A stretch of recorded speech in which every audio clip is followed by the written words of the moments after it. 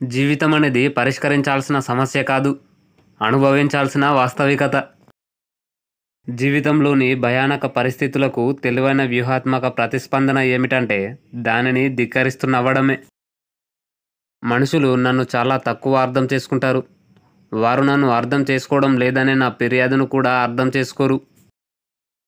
మోసపోవడానికి రెండు మార్గాలున్నాయి. ఒకటి నిజం కాని దాన్ని నమ్మడం, మరొకటి నిజమైన దాన్ని నమ్మడానికి నిరాకరించడం.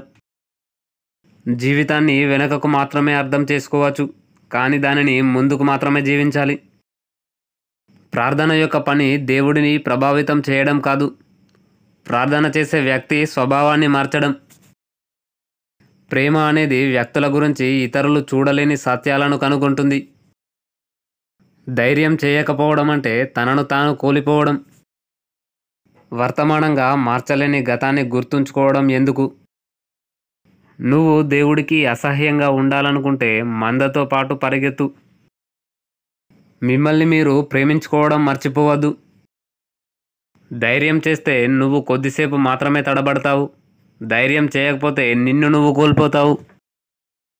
నమ్మకంతో అడుగువేయి, కానీ బాగా ఆలోచించిన తర్వాత మాత్రమే. విశ్వాసం అనేది మనిషిలో అత్యున్నతమైన అభిరుచి.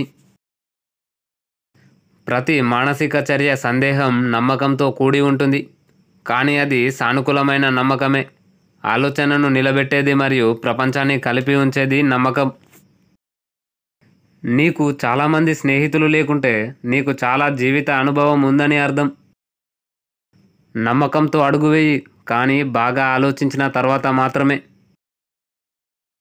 ఆలోచన ఎక్కడ నుండి వస్తుందో అక్కడే విశ్వాసం ప్రారంభమవుతుంది.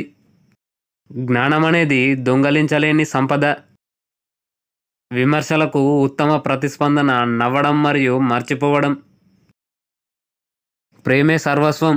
అది అన్నీ ఇస్తుంది, అన్నీ తీసుకుంటుంది. నీ కోపం అనేది నీకు రావాల్సిన ప్రతి అవకాశాన్ని పోగొడుతుంది, గుర్తుంచుకో. నిన్ను నువ్వు ఎలా మార్చుకోవాలి అనేది నీకు నువ్వుగానే తెలుసుకోవాలి.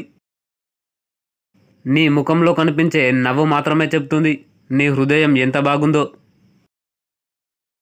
నిన్ను నువ్వు మోసం చేసుకోకు. అన్ని మోసాలకెల్లా నీ భయమే అతిపెద్ద మోసం. నువ్వు ఎలా ఉంటావు అనే వాస్తవాలను నువ్వు ఎదుర్కోవాలి, ఎందుకంటే అదే నువ్వు ఎలా ఉండాలో మారుస్తుంది. మనుషులు తప్పుగా అర్థం చేసుకునే ఒక కవిగా ఉండటం కంటే పందులచే అర్థం చేసుకున్న పందుల కాపరిగా ఉండటం మేలు. జీవితం ఒక చేదు పానీయం, దానిని ఒక్కొక్కటిగా లెక్కిస్తూ చుక్కలుగా తీసుకోవాలి.